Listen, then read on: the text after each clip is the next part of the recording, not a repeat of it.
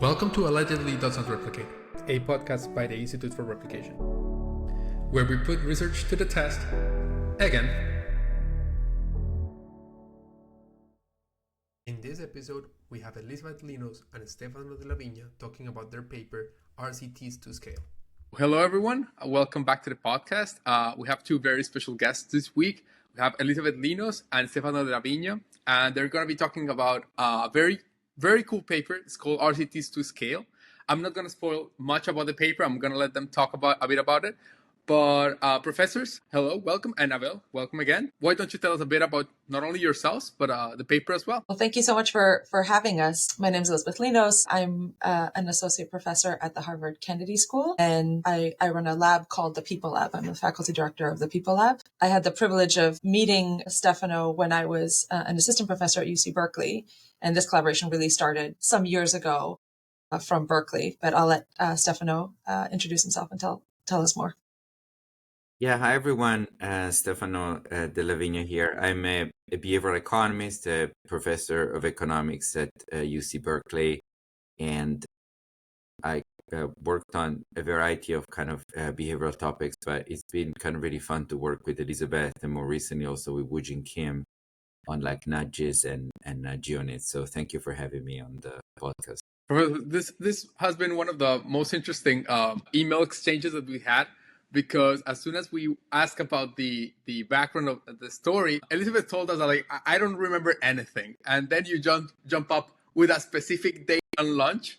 So please tell us a bit about the story, how they come up with the paper, the whole 9 yards. Okay, so I'll take the lead on that, and then Elizabeth will, say like all the things that I surely misremember. We all misremember, but this is, I think, is a good story because I was talking to my colleague Don Moore, who is like a big supporter of replication and transparency, a wonderful researcher between decision making and kind of, I think of him as a behavioral economist too. And he says, you know what? You really should have lunch with Elizabeth Linos, who joined, the policy school as an assistant professor. She does work on behavior. And for some reason, usually, actually, I am pretty involved with the searches, like just meeting people that come to our department, but I hadn't in her case.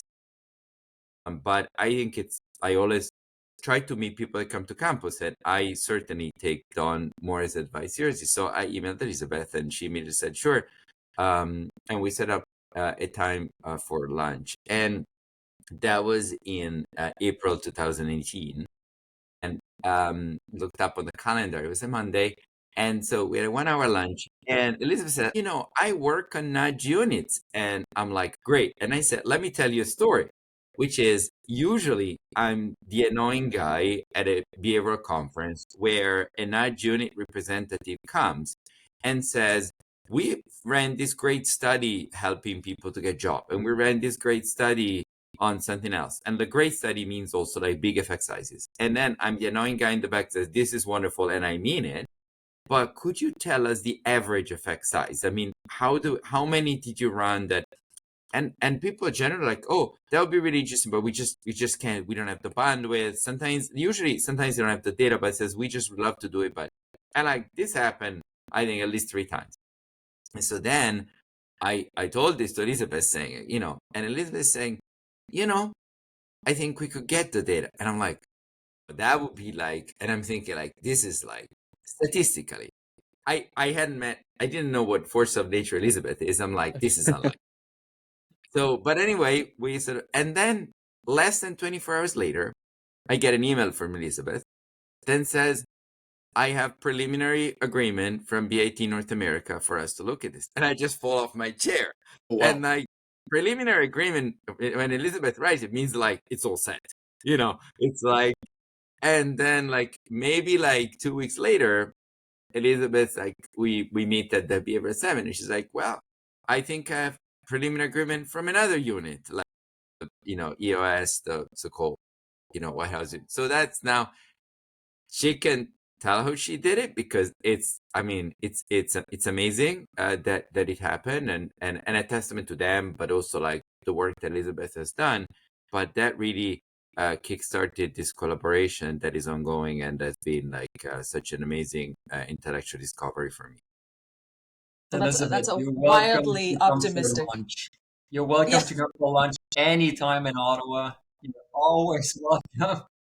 And looking forward for having a project and data within 48 hours after lunch. This is an I mean, obviously that's how it happens with all my projects, and this is not just a weird confluence of events. So that's a great description, Stefano. Let me tell you, kind of from my perspective, there's two important parts here that I think are important.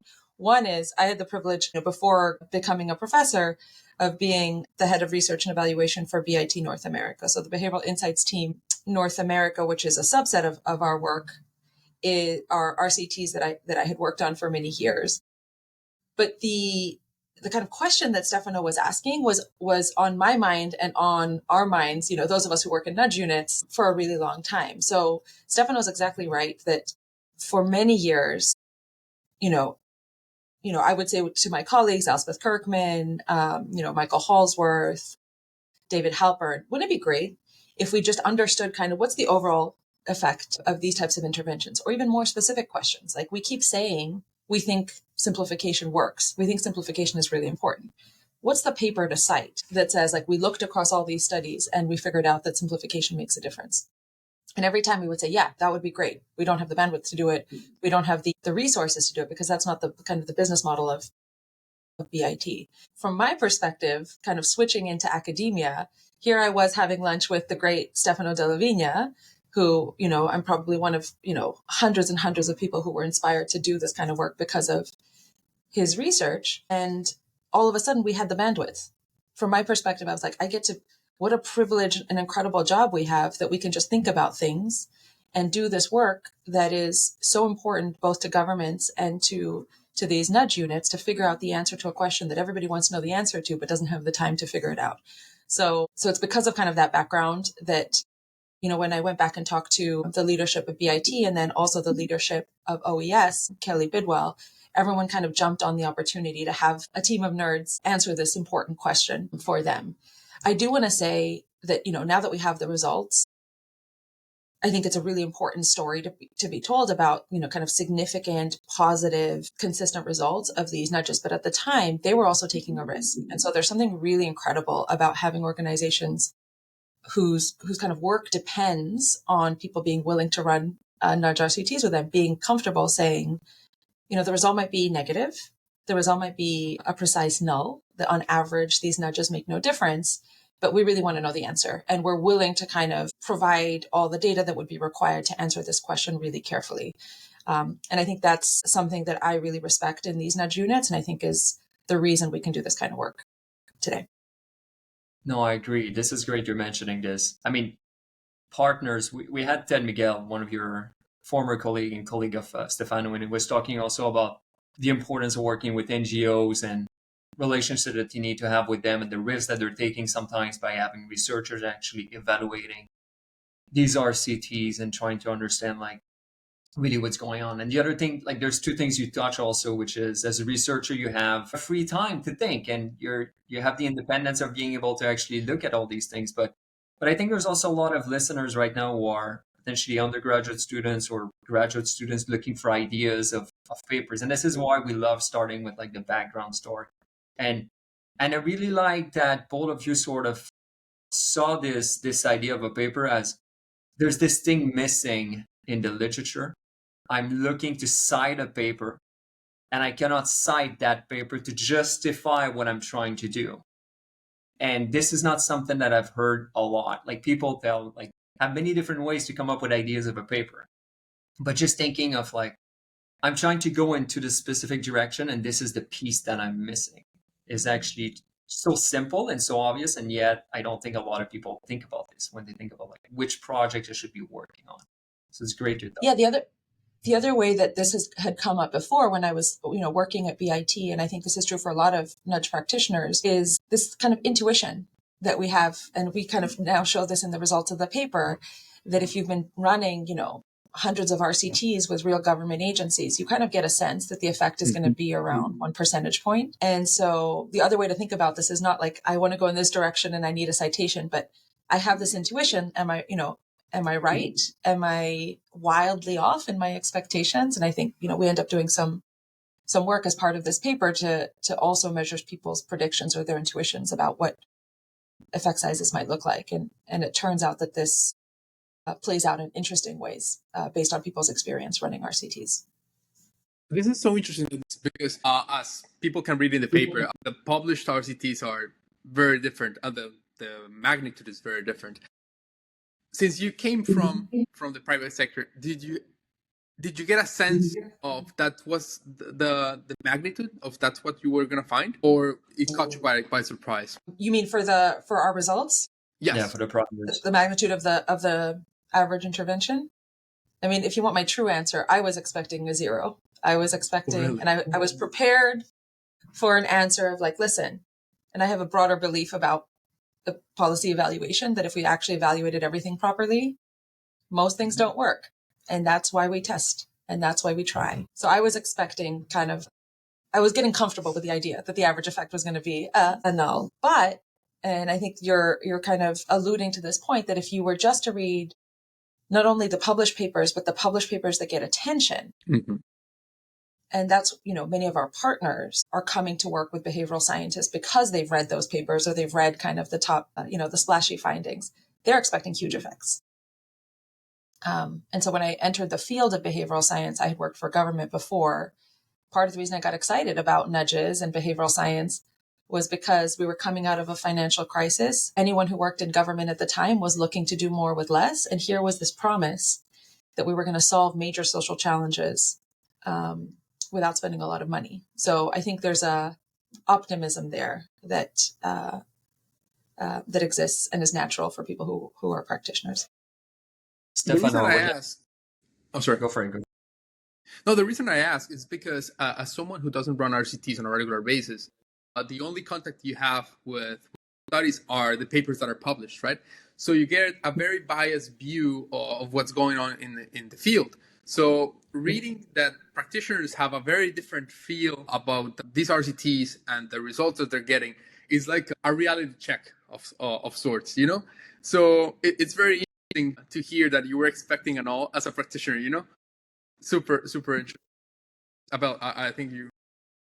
Yeah, I fully agree, and we'll get into this. And when you're able to compare different type of these nudges, and the ones that get published versus the ones that are not published. But I just want to get Stefano's take on like what was his own priors, because Stefano is one of the masters now with the social science prediction platform, and just like shoot up for this platform. It's wonderful, and I think most of our listeners knows about it. But if you're not familiar with it, you should check it out.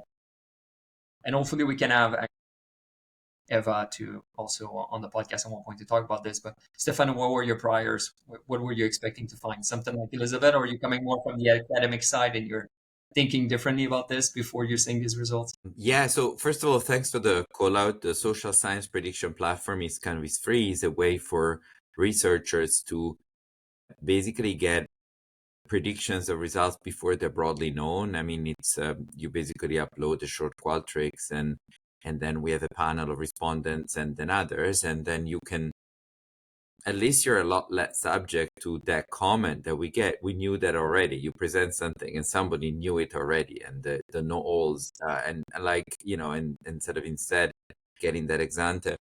So I would say another comparison to Elizabeth's prediction was Richard Thaler's, obviously the founder in many ways of this movement. And I think we were kind of talking to him early on, and he said, well, my guess would be, I think 1.5%, 2%. That's kind of my memory of that event. So I think which is, just about, I think where the results, came in. So I don't know that I had kind of a strong prior on what this would be, but I want to echo what Elizabeth said, just the admiration for these units that put time and just kind of open the door without kind of putting legal constraints or anything, in a way that I just haven't seen any company do when they share the data. And so I think that's really kind of an extraordinary story of transparency in the public sector. For sure. No, I mean, it's absolutely incredibly hard sometimes to get access to data. So the fact you pull it off in 48 hours and that these they actually, were willing to do this. 24, Maybe the 24. speed was the key. They didn't really, they didn't really understood what they were going into. As it was like, everything's gonna be fine. Don't worry about it. Just need an agreement. Just sign here. And anyway, more seriously, I think some listeners don't necessarily know about the paper. So, can you tell us a bit more about like what are the results? Are you able to say something about publication bias, basically comparing nudges that are published versus those that are not published? So Elizabeth, do you want to jump in on this? Yeah, I can start us off. And I promise we'll get off this 24-hour, 48-hour point, but just in case you have graduate students listening in, I would say it's more, we all have big ideas or thoughts of things that we want to do or test. And it's just really important when the opportunity arises to just take it. And then you seem like a genius because you did something very quickly, but it's because you've been thinking about it for a really long time. A lot of this is about, and this is true for anyone doing RCTs as well, right? You'll have the same idea. It's going to fail the first 4 times. The firm is going to decide not to do it. The government's going to change, but the idea remains. And then the next opportunity, you take it and you can kind of write a good paper. So I'll stop talking about that for now. So what did we actually find? So there's kind of a couple important findings here. As you know, one of the things that we were particularly excited about with Stefano is that we had the full, quote unquote file drawer for both the Office of Evaluation Sciences and for BIT North America. So regardless of the results of a given RCT, we knew every RCT that was run during this period, every treatment, every sample size, all of these things that matter when we think about results. And we see that kind of on average, across all of these different projects, the average effect of a treatment arm is about 1.4 percentage points, which is equivalent to about an 8% change in whatever the outcome was, the take up. And as I mentioned, I was really excited by these results. I thought that was, modest and realistic, but also very optimistic for the field of nudge interventions. We then wanted to see whether or not that's what you would have gotten if you had just looked at published papers, to Juan's question. If I was just reading published papers, and you could imagine a series of different potential ways that one could do their own meta-analysis or, look at all the papers that, include behavioral interventions, we made a choice to lean on existing meta-analyses as our comparison group. And that has some, pros and cons, which I'm happy to talk about if it comes up. But we wanted to see with the existing meta-analyses, what would be the kind of equivalent number to our 1.4. And it ends up being much larger. So about 8.7 percentage points or over 30% increase in take up. So here we have, massive. So, if you just read the papers, you would say, I can increase my outcome by 30%. If you look at this, full reporting from government units, you would say I would increase my outcome by 8%. And then the question becomes why? We can go into the details. I'm sure Stefano will add details. We've done a bunch of checks on what might be potentially causing this gap. And we think we can explain about 2/3 of that gap just by thinking through publication bias. And I'm sure Stefano will want to talk more. There are also differences in what kinds of nudges or what kinds of interventions behavioral science units do compared to academics. That might explain a portion of that gap, but for me, the most striking finding was how much of this we can then link back to publication bias and things related to publication bias. So sample sizes, the likelihood of finding a small effect that are related to publication bias as well. Stefano, what would you add? Yeah, no, that's a great summary. Just kind of a couple of things on this path to discovery. The first thing is that, and is like you sort of look exposed to what we've done, and it almost kind of looks trivial. Like you're like, okay, you take all these studies, and it's like a 1.4 percentage point. And one thing that I want to underscore is actually, it took us a little while to figure out how do you compare studies that are on completely different outcomes, run by different units, recorded a little differently. And so, for example, like, would we present things in standard deviation? What studies would we keep? And so we, before kind of knowing the result, but we thought, okay, so the percentage point is a pretty good idea. But let's say if you had a study in the literature that looks at how much fat there is in the plate that people are eating, depending on the cafeteria choices, that would not be that be a continuous variable that you could use that. So like, I think we kind of spend quite a bit of time to say what would be a metric. And then, but then if you pick a metric, did we pick an arbitrary metric? No, most of the time we went back to the pre-registered one, but we looked at the one that could be phrased as percentage points. So I think there was kind of a lot of effort to make sure that we had defensible but clear and explainable choices.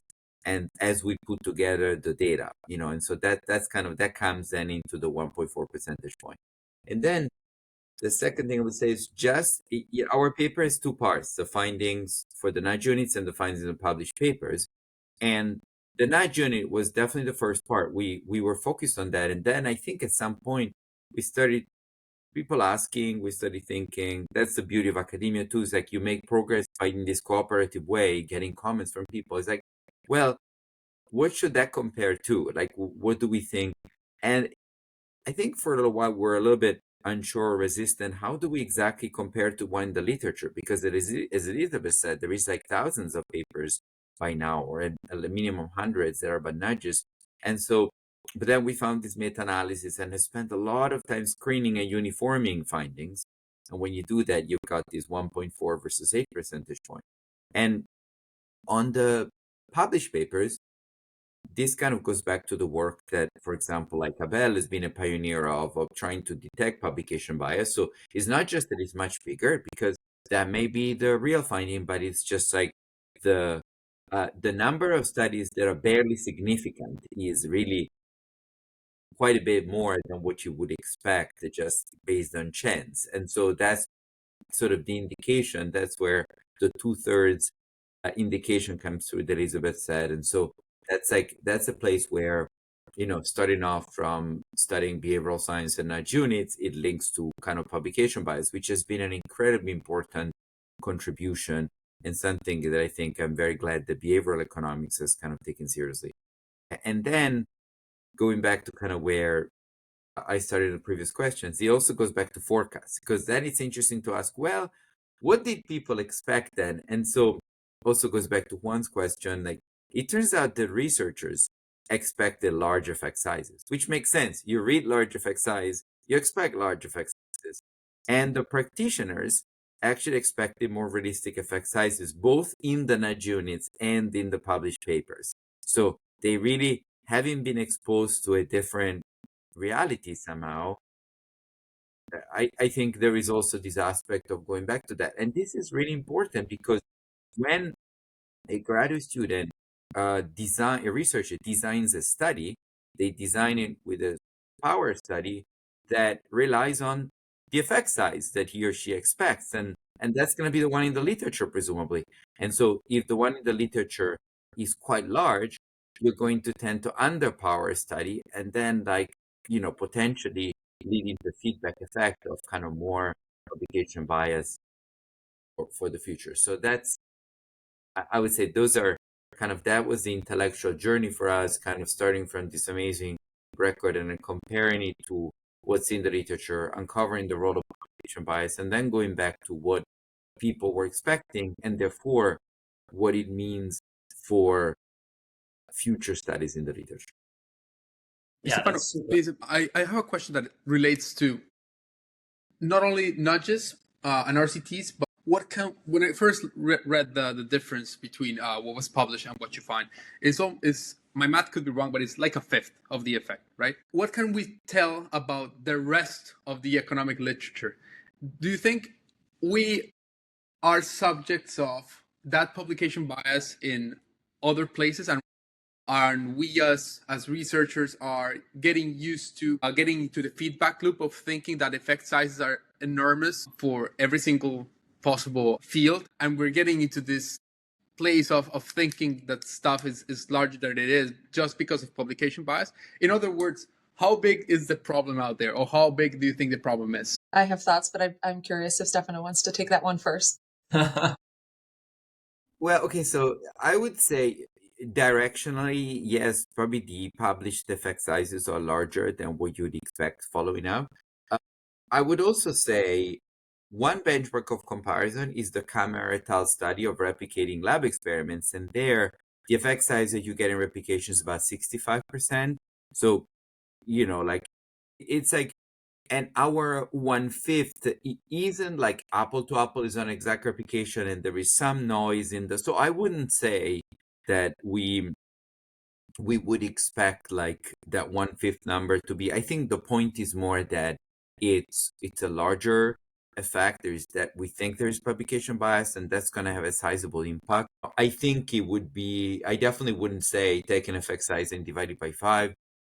But I would say that it's important when we look at papers to kind of ask ourselves, how large was the sample size? Like, is this a paper as a T of 1.98? And like what, like, I think kind of markers that tell us how much, we want to take into account how many things could be in the file drawer. So now, Elizabeth, I'm curious of your take. Yeah, I mean, I think that's exactly right. There's another way that I try to think about this, especially when it comes to policy intervention. So, the types of things that a nudge unit works on is similar to kind of a broader, portfolio of applied economists or, applied social science researchers who are trying to kind of change the world in some way. And there's I don't know if it's kind of realistic, but optimistic scenario here, which is that we might be overestimating what any one intervention can do in general. And we should just have kind of more realistic interpretations of like any sort of intervention in the real world at scale. So there's a reason kind of the paper is called RCTs to scale. Anytime you're taking an idea to a real population where like real life happens and implementation happens in a specific way, and only a subset of the people that you're trying to nudge even look at your communication, just the reality of doing policy interventions means that we might need to start expecting more incremental levels of change. And I think that's okay. I think there's a lot of disappointment sometimes because we assume that we'll be able to kind of find the silver bullet on poverty or climate change or, paying your parking tickets, whatever the case may be. And if kind of as a community, we accept the reality that even a high touch, high cost intervention might also face some of these challenges. Or if we really try our best and develop the most theoretically driven intervention, the practicalities of taking something to scale means that the effect sizes are going to be smaller. Then as a community, I think we'll do better research. We'll power it, to Stefano's point, we'll power our studies more effectively. Small results will be more publishable. And so we'll get better at updating our priors on what to expect from policy interventions. So, very much in line with what Stefano is saying, I don't know that I would say, okay, take any study you see and cut the effect by a fifth. But at the same time, I don't think that this is a feature of nudges. I don't think it's a feature of nudge units. I think it's just hard to shift real outcomes and real behaviors. And so if you take a closer look at the existing literature, when you see large effects, I want us all to be asking, was this, were they actually measuring the outcome that was the real behavior that we care about? Or were they doing a proxy? Is the sample big enough? Did they take this to scale? Is, the site selection an issue? Hunt, Alcott, and others have work on site selection as a component here as well. And so I think we should just be less disappointed by statistically significant modest effect sizes across the board for policy interventions. It's really interesting because I think now we're getting into the weeds. And it's like, why do you find such a big difference between these two samples? And I guess, there's, as someone who knows the paper, I guess I know the answers to these questions, but I'm going to ask them anyway. Someone could just say, well, you're comparing very different samples. These are different type of RCTs. Researchers might be interested in different type of effects, or they know what works. This is a comment I get a lot. So I'm curious what you're going to say to this. Another comment could be, sometimes researchers are going to collaborate with these nudge units. And when something works, that's the moment the researcher is going to be like, I could publish this. And you could think that this is how the selection happens. Or you could think maybe the selection happens when the researcher is actually submitting to a journal. And there, if the effect is not big, if the effect is not significant, it gets rejected. So I sort of want to get your sense of like where this selection is happening, at which stage and for what reasons. Obviously, it might be different when we think about like publication bias in general in other discipline, or even when we don't talk about nudge. But in this specific setting, where's the action? If you had like anecdotal evidence, or just like, what are your thoughts on this? Maybe Stefano, do you want to start, and then Elizabeth can jump in? Sure. So, I mean, the main piece of evidence that I think we have is because, yes, there are, the the nudge unit sample and the nudge intervention randomized researches are different in a few ways. The main piece of evidence that we have is the fact that when you look at the statistical strength of the evidence, you can sort of, in the published papers, you can sort of plot that. If you think about things that are statistically significant, is what like usually is a T about 1.96. And so if you have a study that has like a T of 5, it means very significant. It's kind of unlikely that that something was done, that result is probably not altered by looking at things a little bit differently. But if there is a T-stat of 2.2, then, maybe adding or taking away control or things that are completely reasonable, but a combo of reasonable choices can make a result, and then it can alter the magnitude and so on. And so in the published studies, and not in the nudge unit, there is like bunching, there an abnormal number of results that are just very significant, which is the kind of caliber study that, Abella studied among published papers and others, and really allows us to make inference on that. Now, I want to say just one more thing, which is it's a really interesting question at what level that selection, that publication bias occurs. And my take is it's actually not the journals as much, but the researchers internalizing. So Neil Malhotra's early work on science and with co-authors that went back to this administrative data set and said, oh, you registered this study, but you didn't publish it. What happened to it? I think a lot of the null results were the ones not published, but those were not written up at all. Like the main margin is the authors did not write up the study. It's not that it's a working paper and never got published. And so now it's not to say that it's not what happens through the journals, but the authors are internalizing it and doing that. And so one possibility for that among others, this panel of the National Academy of Sciences on Behavioral Economics and Public Policy that, Elizabeth wrote an article for, I was part of it, is like suggested that research transparency is really important. One thing that one could do is to have some simple registry where you don't have to write the paper, but you might as well, at least you could record, we ran this intervention, maybe like 4 paragraphs on it, this was the effect size and so on too, because it's hard to tell people you have to write a 20-page paper on something, but maybe there is some compromise in between. But I would say that's what seemed to us to be that there was a role for publication bias, which again we did not find in the nudge units where we saw everything, and that we think that there is a lot of it in economics where people do studies and then they sort of decide they don't even write them up. Yeah, I think that's exactly right, and I'm hoping that, as everyone on this podcast and other people kind of push for more replication, more serious kind of thought about the challenges of publication bias, you can imagine that over time, we're going to see a change from the journals as well. But I agree with Stefano. A lot of this is happening earlier.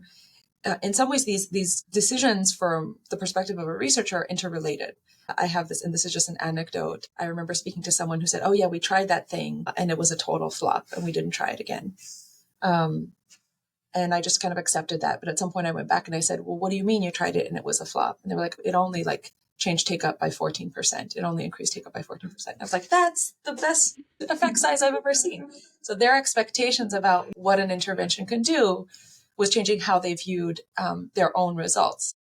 Then there's this question of academic incentives to spend the time to write up results that are nulls.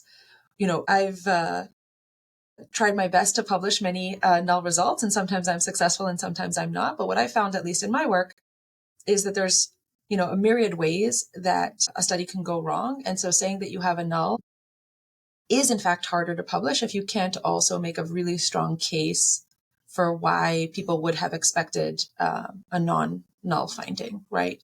And so I think, some of the innovations that Stefano and Eva and others have brought forward on prediction are actually helping with this idea that a null can still be a major contribution to the literature. Theoretically driven intervention design, registering your pre-analysis plan, all of those things are helping move in the direction where we'll be able to change the incentives on publishing a null. But I still think we're kind of far from that, especially for people at different earlier stages in their career. Do you think this effect size that we're seeing is going to be it's going to be increasing in the future. People learning from this, new technologies being available. For example, something that comes to mind is on the personalization side, LLMs might change the game when it comes to personalized messages.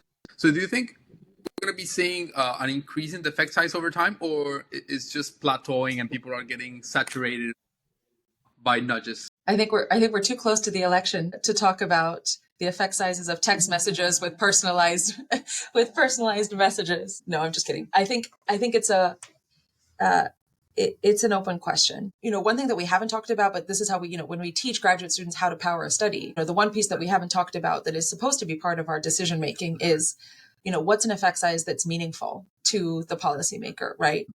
So I'm not sure, actually. I'd be curious what everyone else on this podcast thinks. If we're going to see larger or smaller effect sizes. I can imagine smaller effect sizes over time as personalization becomes less salient and you don't actually think that Obama wants to have dinner with you if you click on the link. So you can imagine effect sizes getting smaller or larger based on how people's expectations change. But I do think that there's going to be a point especially for policymakers where we say, if I can detect an effect size of, 0.1 percentage point very accurately, it's the cost of running the intervention and the opportunity cost of so many smart people thinking about like the exact wording of a letter will start to shift. And, I'm of the belief, and others are in a different camp. I'm of the belief that a 1 percentage point effect is great. If we could shift any outcome by 8% with something this light touch, we're really making progress over time. And Stefano, Wujin, Kim, and I have another paper that talks about how these incremental changes are also more likely to get adopted at scale. And so I don't think we're there yet with a 1 percentage point effect, but you could imagine a world where getting really, really good at precisely estimating a 0.1 percentage point effect for a government is no longer going to be the right use of resources. I think that's fascinating. Why do you think that's the case? It might be easier to convince a policymaker that a small effect is worth actually. So a nudge that might lead to a small effect is something easier to implement for a policymaker. Is it because people are not going to pay too much attention to it? Let's just do it. Or it's not groundbreaking. Let's just do this small step, might have an effect. Let's not worry too much about it. Like what's the story here? It's quite interesting. Well, Stefano, Wujin, and I are still working on parts of the story, but at least one part of the story that we think is true is that there's some level of organizational inertia in these organizations. And so if you think about what are the kinds of things that can keep going after priorities change, after the researcher leaves, after the nudge unit leaves, there's a world in which if you have a communication infrastructure in place and you're just changing the wording, and you know that it works, it's a much easier lift to say, we're just going to use the letter that works better. If you've created a new infrastructure and a new innovation to test, then you need to have some other additional level of kind of support or willingness or political buy-in to continue to do that thing that hasn't really been integrated into systems. And we're not the first people to think about this, right? There's a whole world of sociologists and organizational behavior scholars who think about these questions in organizations. But, what we're seeing is that if you think about the end of the process is like going to a policymaker and saying, we showed you the results, ta-da, go forth and implement the good idea. That's unfortunately not enough to ensure that even statistically significant low-cost findings are actually adopted ex post. So we're working on that. What do you want to say, Stefano? 5 to 10 years, and we're going to figure out this problem. That's a good timeline. Yes, not 24 hours. Not 24 hours.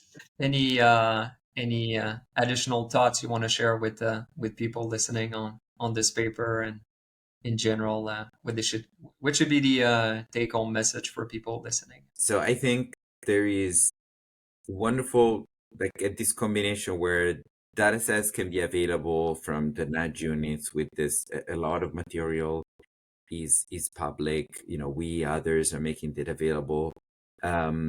There is an opportunity. Also, nudge units have offered the opportunity to run studies at a bigger scale. One of the things that we didn't comment on, but one of the things we could compare between the academic studies and nudge unit ones is that the studies in a nudge unit end up having usually about 10 times number of subjects, the people, so much more power. and yet the academic studies tend to split their existing sample into more treatments because they're really we really are desperate to get mechanism, but sometimes that's like against our own good because we also don't want to run things that are underpowered. So there is like the message of let's have realistic expectations, and like nobody should think that a great paper is one that like changes the world completely from A to B. Like the solution to any problem, most of it is going to be incremental. For global warming, like if all power messaging like makes houses reduce by 1% energy use, and then there's another thing. I mean, this is like almost all of science is incremental. I think that incremental work is very valuable because a lot of it doesn't have a high marginal cost, and then there is so many aspects of it, as Elizabeth said. Like, what do we know about what interventions actually made it to the field? We don't really know that because we only know the ones that were run. What do we know about like the cities that thought about being part of running some energy and they didn't? What do we know, right, as Elizabeth said, about how the results are implemented and then spread on a network to other cities? I think there is just a wonderful set of questions that in this area where we care about the policy outcomes, the organizations that are open to exploring those, I think it's just I'm sure that 10 years from now we'll see a lot of work from other people that have made progress, and I can't wait to see that. Perfect. Thanks. That's a great way to Thank you so much for your insights. Thank you. Thanks for having us. both of you. Thanks to everyone, and we hope to see you next week for another broadcast.